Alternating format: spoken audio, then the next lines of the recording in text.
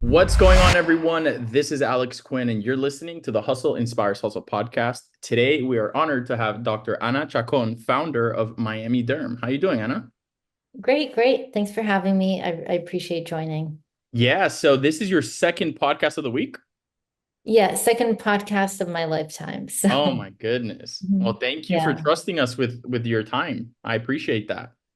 thanks. Thank you so much for having me. Yeah, so you've been making waves in your industry. Tell me a little bit about Miami Derm and how it got to where it is now. Miami Derm is because I'm a dermatologist from Miami or and based in Miami. But I actually work in all states, all 50 states. I'm licensed in all 50 states. I do a lot of telederm. And that's how I was able to start my own practice. Mhm. How long has it been since you founded it? So we've been open in Coral Gables, a suburb of Miami, for about a year, a little over a year.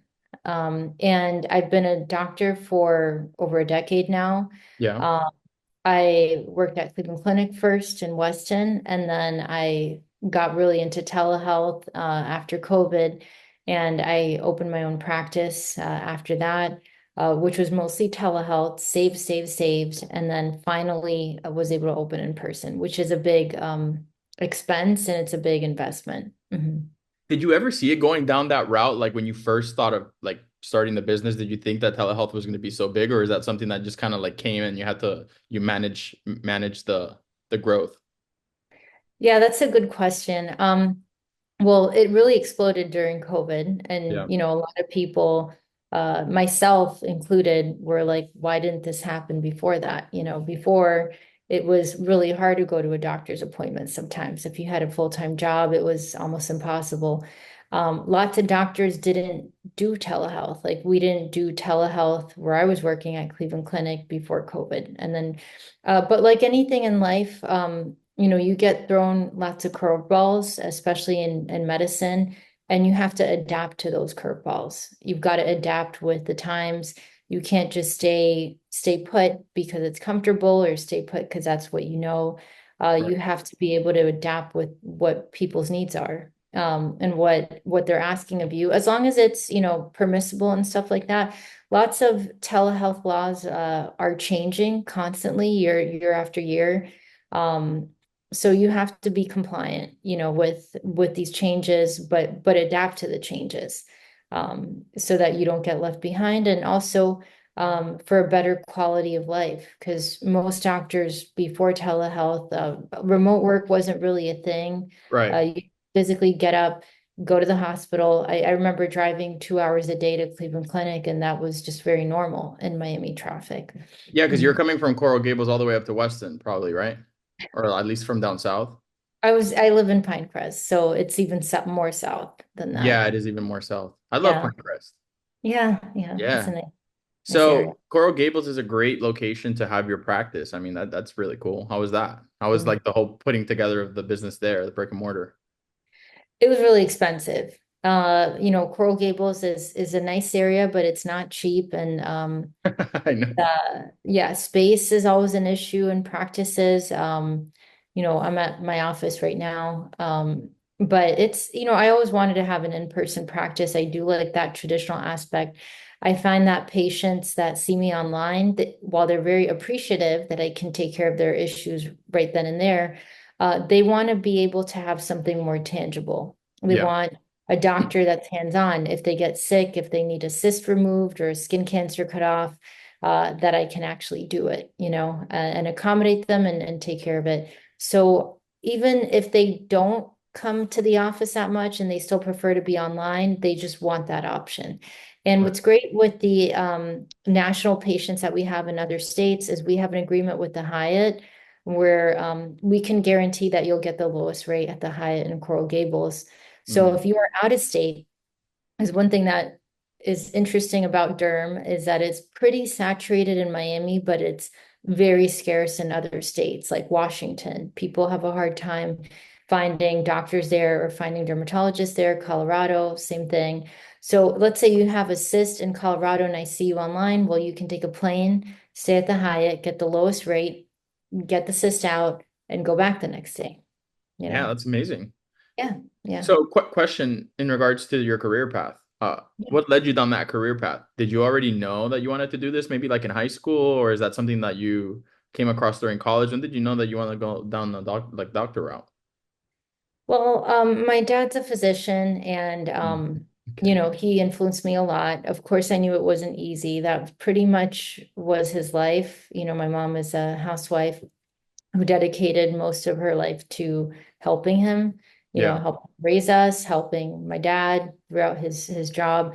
He lived very close to the hospital. He worked right at Baptist in Kendall, big Baptist. And he really liked it. And I went to work with him a couple times.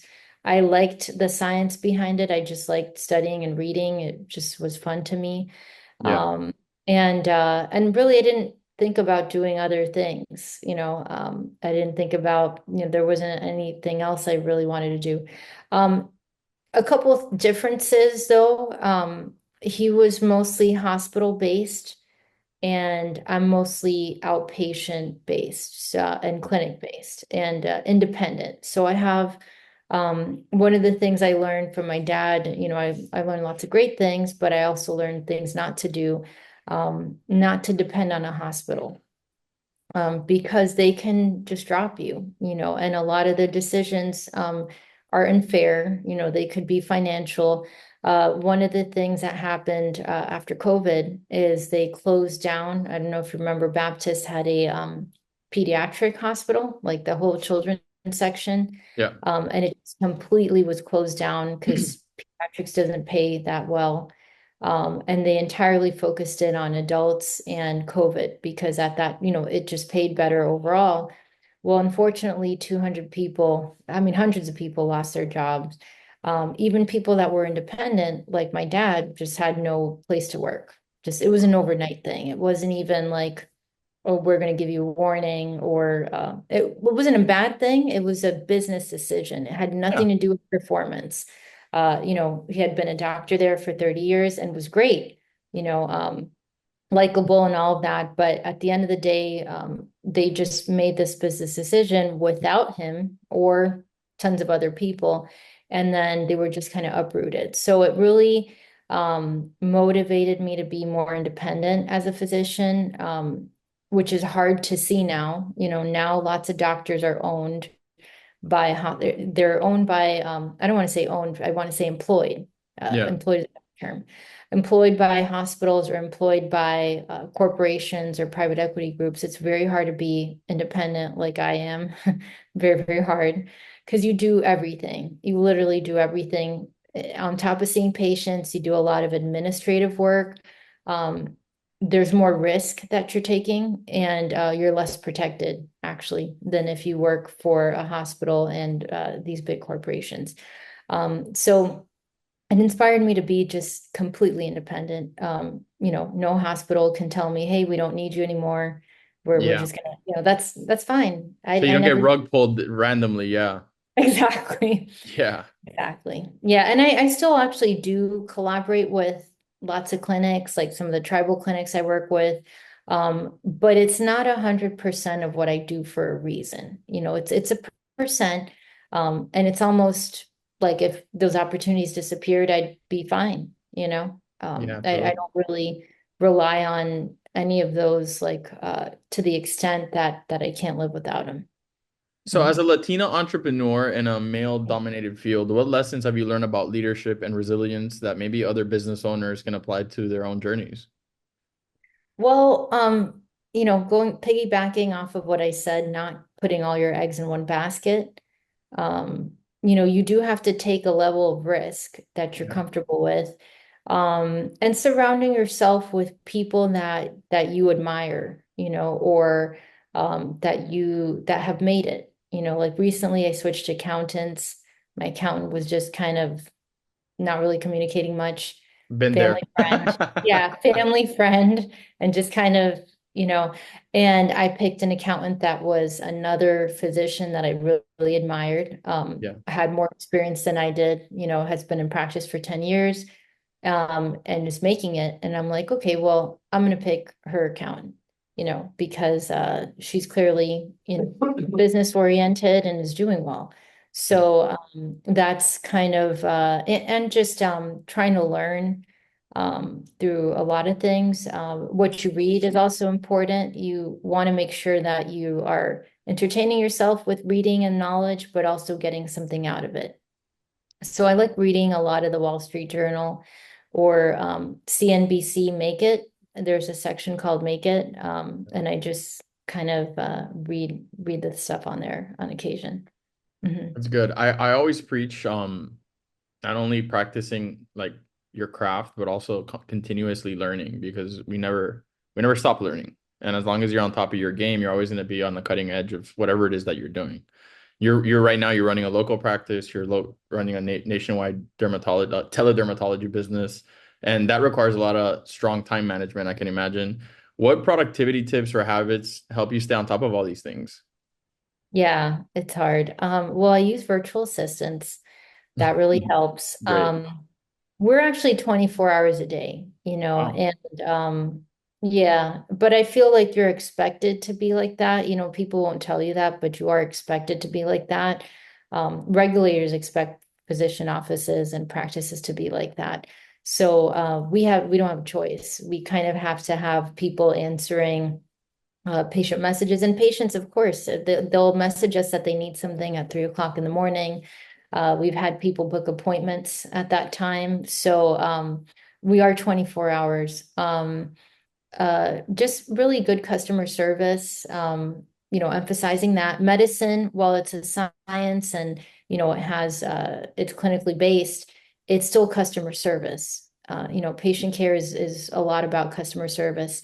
What other things do I suggest? We have a morning huddle every day at 10, where we just kind of review all the patients that day and talk about any issues. And that's really it. Yeah.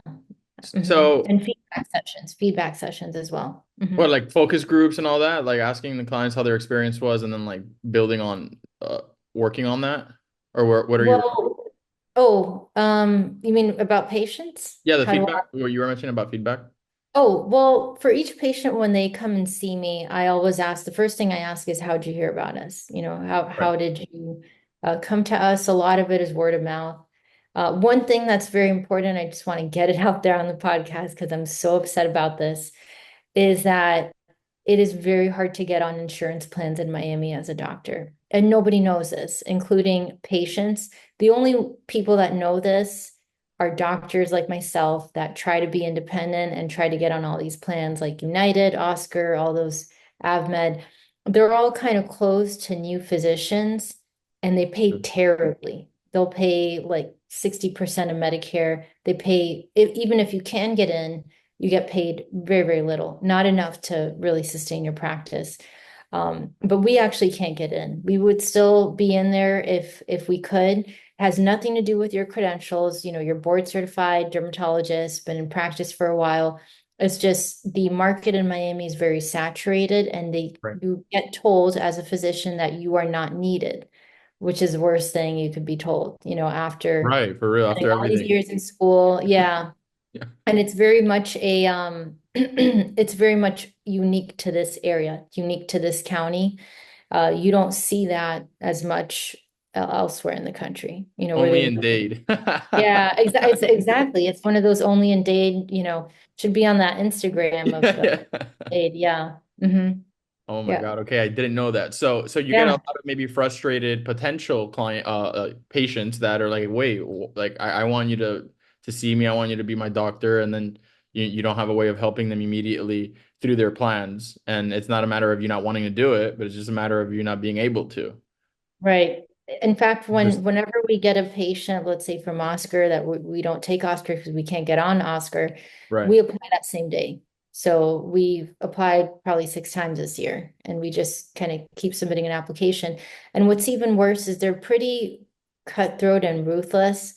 I'm pretty big on social media, as I told you. I have a lot of channels, which I'll share with you. Yeah. He wants to connect with me.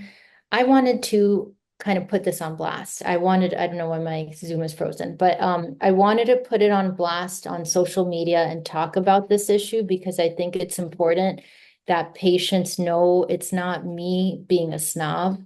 It's not the doctor not wanting to help you. It's them not taking us, them not saying, okay, for no particular reason, we just can't take you on as a provider. I think the whole world should be aware of that. This shouldn't exist. You shouldn't graduate from school after over a decade and not be able to help thousands of patients for this Is that issue, right? is that like self-regulated by these carriers, or is there like an entity regulating them, like making sure they're like allowing new practices in, or is that just something Well, they they're oversee not themselves? no, no, yeah, that's a good question. No one's ever asked that. No, there is nothing, no one and nothing is stopping them from rejecting you. Interesting. They're not forced to accept you because of credentials or anything. They can say, oh, we have enough doctors. We don't need more, and just kind of not not accept you. So yeah, I'm not sure why it's my Zoom is freezing. But yeah, I did want to put this on blast on social media. I wanted to create reels out of it. I wanted to tag Oscar and all these insurance plans. Yeah. And one of my friends who's a physician, he's in one of the societies I'm part of, Miami-Dade County Medical Association, freaked out and was like, absolutely not. You can't do this. You'll get completely destroyed by the insurance companies. They'll come after you. You can't be posting stuff like that online. But it's the truth, they should know that patients should know that many doctors cannot get on these plans here. It's not up to us, it's their insurance that's doing this, that's creating this kind of moat that you cannot surpass, Right. You can't surpass it for years. I know doctors that have been trying to get on United for more than 5 years and they continue applying. And a lot of these companies, credentialing companies, will charge you $500 an application just for it to be rejected for this issue. Yeah. So you, in your experience, you've worked with both high profile and everyday patients. What have you learned about client relationships that could apply to entrepreneurs in any field? Um, well, so asking, how they heard about you and where you're getting these referrals from. We give surveys at the end, like Google review surveys. Yeah, good. Yeah, and kind of establishing follow-up. So I kind of, when after I see a patient, I give them an idea of when they should be seen. Of course, for health reasons, it's different than other businesses. You are more obligated to tell a patient, let's say it's a skin cancer patient, oh, you got to be there every 3 months for a skin check, whether you like it or not. If you disappear, you could get discharged from the practice because that's just a guideline. It's a national guideline. But also, one thing that we had to institute rules in the practice. We have a couple rules. We have a no-show policy of uh, patients can't, they'll get charged if you don't show in less than 24 hours and you don't let us know, sort of Right. thing.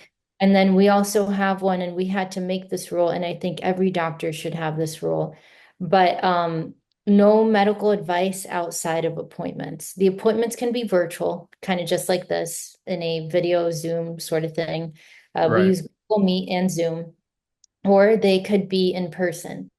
But, messages and emails and phone calls, asking important medical questions is really a no-no because you don't have the patient's chart in front of you. You may not have the time, you're busy with other things, and it Right. takes time and it's a liability. So we have those two main rules, and we explain it to patients, after, during their visit, before they leave. And usually, for the most part, they understand that. And of course, you have to document everything. Yeah, if it didn't get documented, it didn't happen.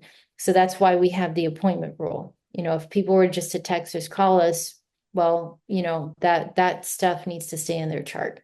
You know what I Do you mean? s- do you see a lot of practices making the mistake of going outside of those bounds that you're mentioning right now? Oh yeah.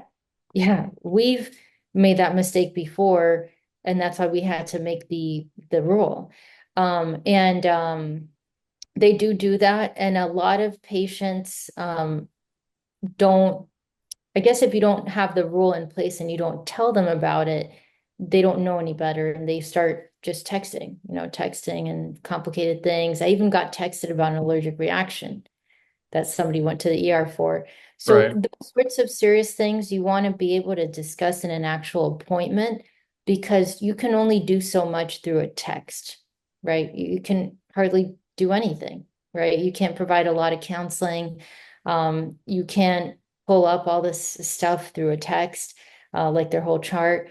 Yeah. Um, but we get probably over 1,000 emails a day, and we now have made it just a policy. And also, Wow. It's a lot of emails. attorneys, that's how they charge people. You can't Yeah. just an attorney and just be like, hey, just want to know the answer to this.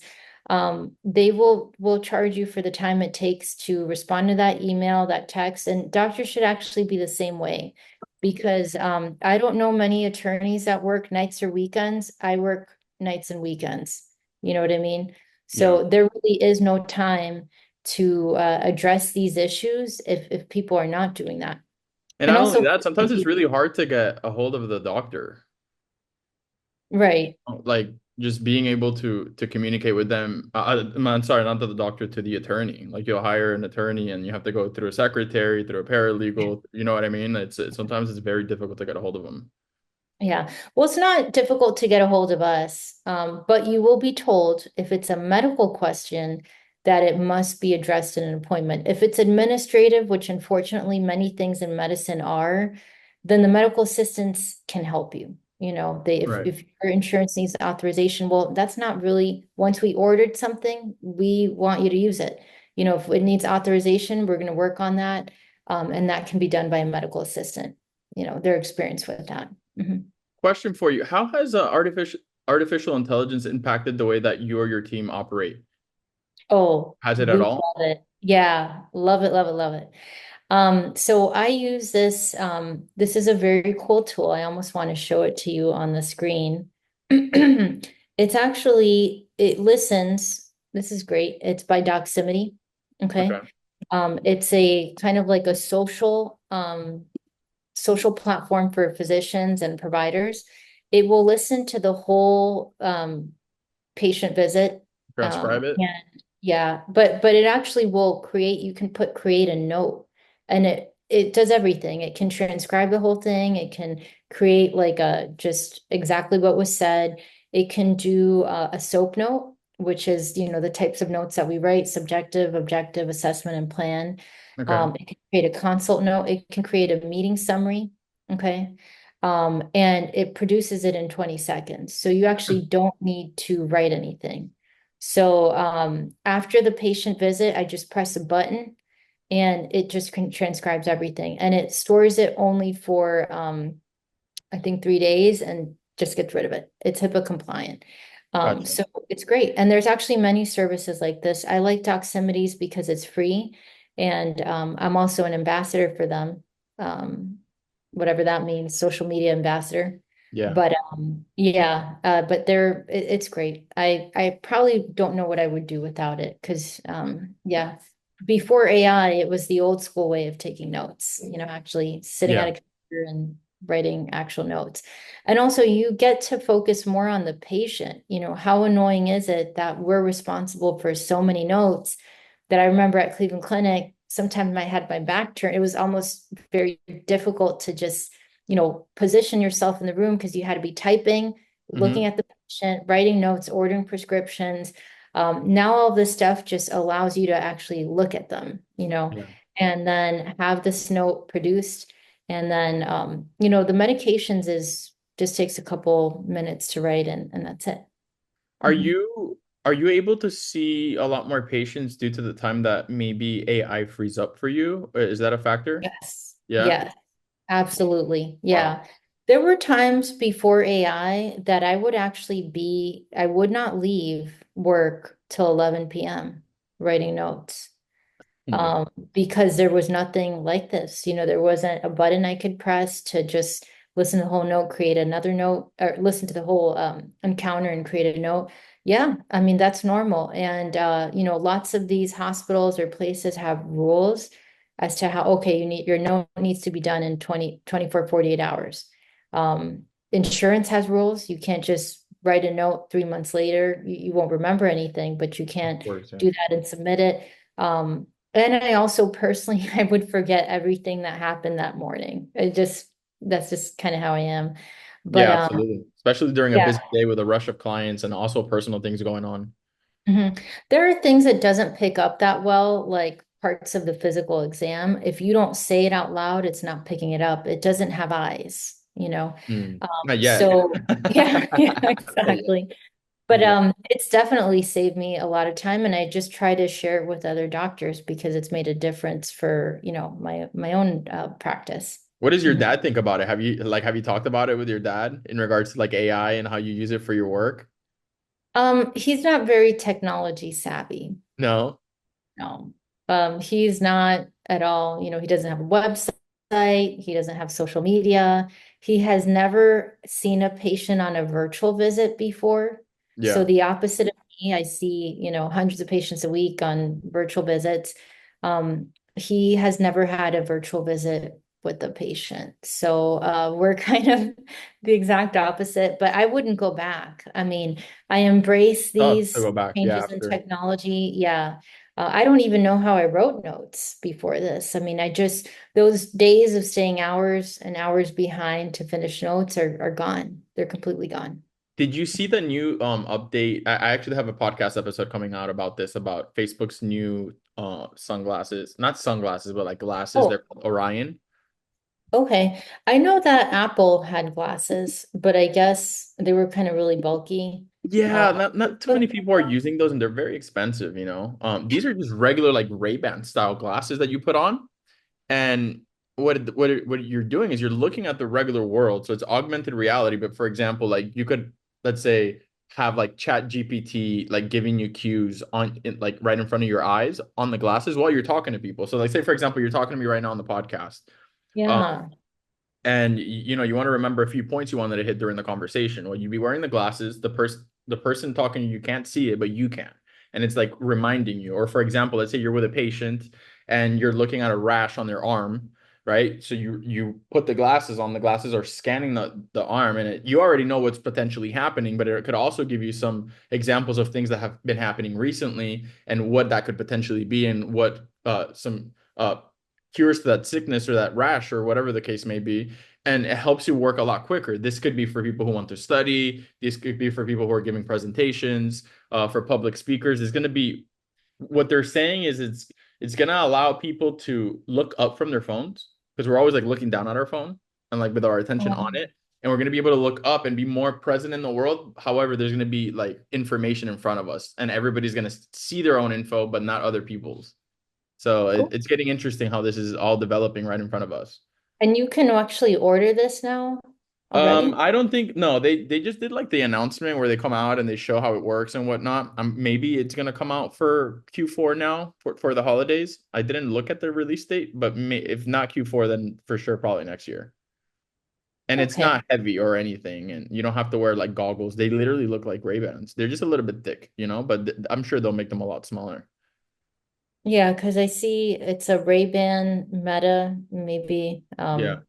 Oh yeah, the There's not Ray-Ban has the Meta, the one that records and takes pictures and whatnot. Very similar, but it's not done through Ray-Ban. It's just Meta's own. okay. I didn't know that they even had this. Interesting. Yeah, yeah.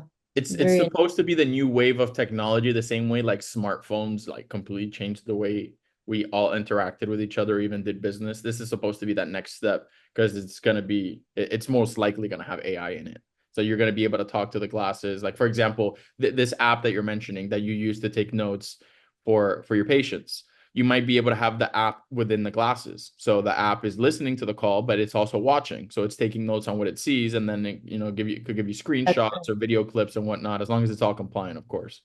yeah. This is really great. Yeah, Yeah, no, I it's really didn't cool. know that this was existing. Yeah. I Yeah. mean, it would be great if it could help me see patients, because I think um one of the ways that AI can get involved in dermatology is pathology. Like Yeah. just you cut a piece of, the tissue that you need, you take a biopsy, and put it in. I was actually at a convention in Seattle where they had this idea of putting it in a machine Mm-hmm. and it will tell you right then and there what it is, Wow. like is Because it it a usually skin takes what, cell? like 10 days? Yeah, it gets frozen, kind of transected into little pieces, sent to a pathologist, and then they look at it under the microscope, look at the cells, and then tell you what it is in a report. Yeah, about a week or so. But this can do it instantaneously, and that's what they're trying to do with the AI. Super Yeah. cool. Anna, this has been a great conversation. I know your time is limited and I know you got a bunch of stuff to do, but I would love to have you back on someday. I know we probably have a lot of things that we didn't get to talk about today that we'll be able to talk about in future podcasts. I'm really excited that you're getting into the whole podcasting thing now because you run a pretty cool business and it's really cool for you to put yourself out there and for people to be able to recognize all the cool stuff that you're doing. I could only imagine what you're going to be doing in the next few years, not only with your practice, but with all the integrations of technology and AI that you're going to be adding to your practice that brings a whole value added to your patients. So I'm excited to see what you do with it. Thank you. Thanks so much, Alex. Where can we what's your most active social media platform? I'm going to link them all to the show notes, but what's your most active where people can find you? I would say Instagram. Yeah. I'm also very active on LinkedIn, actually. I've gotten a Nice. lot of just business connections through there and different opportunities and given other people opportunities through there as well. Amazing. Listen, y'all, if you enjoyed this episode, make sure to share it with a friend. If you want to connect with Dr. Anna, you could find all of her social medias linked to the show notes on whatever platform you're listening on, or you could go to hustleinspireshustle.com/podcast, find our episode, and you'll find absolutely everything there. And maybe, hey, Anna, maybe we could get a petition going for Oscar and all these carriers to Yeah, start letting that you would be in and great. everybody else, That would be great. Yeah. I right? know. I was basically told it can't be you, it can't be a doctor I because gotta be after the doctor. okay. Okay. Sounds horrible, right? But that's apparently what I was told by other doctors. Yeah. But if it could be a patient, it could be a patient. I have tons of patients on Oscar that really want to see me. Well, you could start at change.org, about letting letting independent private practitioners into Oscar in Miami, Florida. Yeah. Mhm. All right, y'all. Yeah. You heard it. This is Alex Quinn, Dr. Anna Chacon, founder of Miami Derm. We'll see you on the next episode.